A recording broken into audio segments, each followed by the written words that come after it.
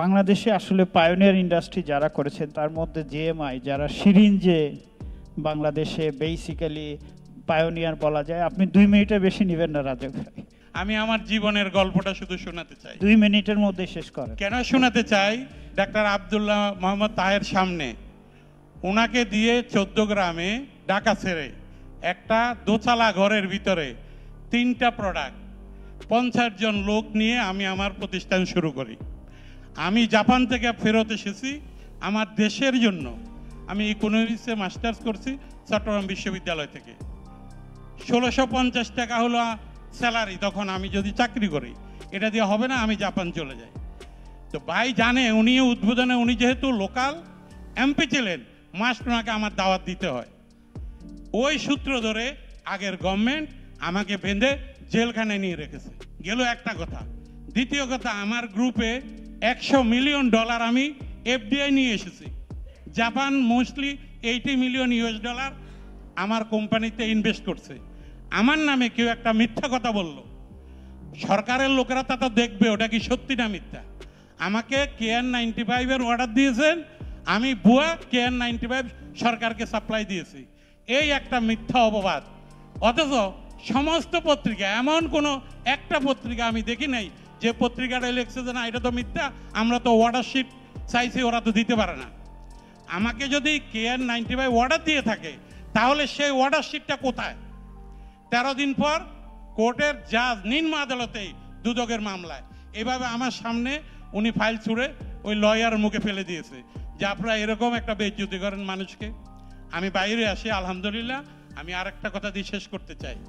সেই ফ্যাক্টরি কুমিল্লা 14 গ্রাম থেকে শুরু করে আমাদের স্যার এখানে বসা আছে, সচিব স্যার, অটো ডিজেবল সিরিঞ্জ বাংলাদেশের WHO একটা লাইসেন্স আমার কোম্পানিতে আছে। ডিল আমি প্রাউড করে বলি আমার কোম্পানিতে WHO একটা লাইসেন্স আছে। দেখেন গত 16 বছর এক চাটিয়া আমি যত ভ্যাকসিনেশন হয়েছে 100% সাপ্লাই দিয়েছি। কোভিডে যখন কোভিড আসলো, কোভিড কি জিনিস কেউ জানে না, আমাদেরকে ডাকাডাকি করে নিয়েছে।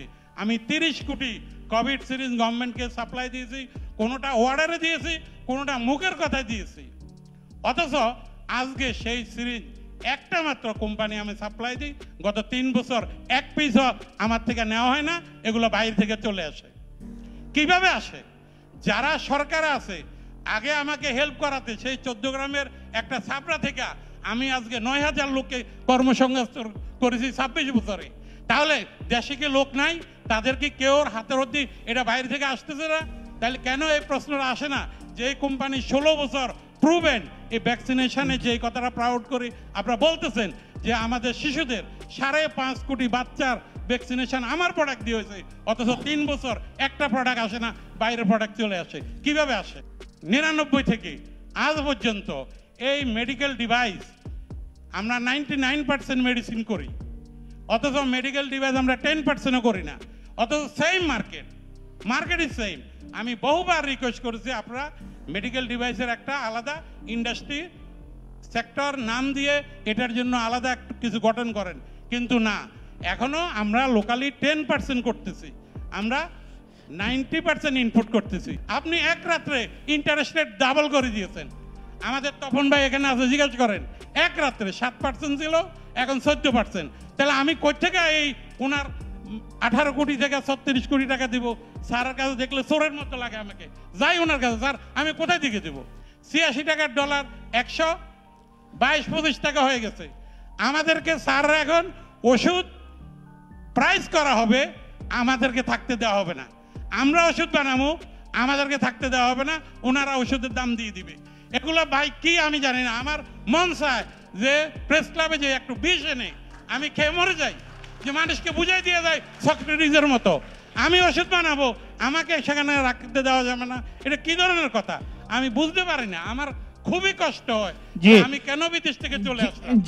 আমি আরেকটু, আমার মেয়ে 1 মিনিট, আমার মেয়ে নিউ ইয়র্ক ইউনিভার্সিটি থেকে পাশ করছে, আমি তাকে বলছি তুমি দেশে আসবা। এখন আমি চিন্তা করছি মা এই দেশে আইসা তোমার কোনো কাজ নাই, তুমি ওখানেই থাকো। কারণ আমার যা বুঝ আমি বুঝে ফেলছি। আমি সরকারকে বুঝাতে চাই এটা আমাদের দেশ, অনেক আশা নিয়ে আসছি। আমি অনেক কিছু হয়েছে, কিন্তু সিস্টেমটাকে ডেভেলপ না করলে, আপনারা যদি না বুঝেন, একজন আরেকজনের শত্রু মনে করেন, তাহলে এই হাজার হাজার কোটি টাকা ব্যাংকের আমরা এই দেশ থেকে পলাই চলে যাব।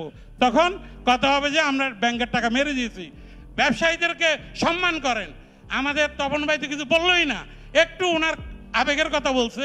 যাই হোক, শামীম ভাই আছে, উনিও বলছে কিছু, কিন্তু বিশ্বাস করেন এগুলো বন্ধ করেন, না হলে এ দেশ আবার ওই বিদেশিরা আসবে ওষুধ বানাইতে, এখানে আমরা সবাই বন্ধ করে দিব। এই ছাড়া আর আমাদের কোনো উপায় নাই বোঝা চল, নাহলে আমাদেরকে ডাকেন, কোথায় আমরা বেশি পয়সা নিচ্ছি, কি আপনারা বলতেছেন নো হাউ করবেন, রিসার্চ করবেন, টাকাটা কোথা থেকে? জি please, thank you so much. উনি যা বলতেছে এগুলো বলতে দেন, এগুলোই কথা। ধন্যবাদ।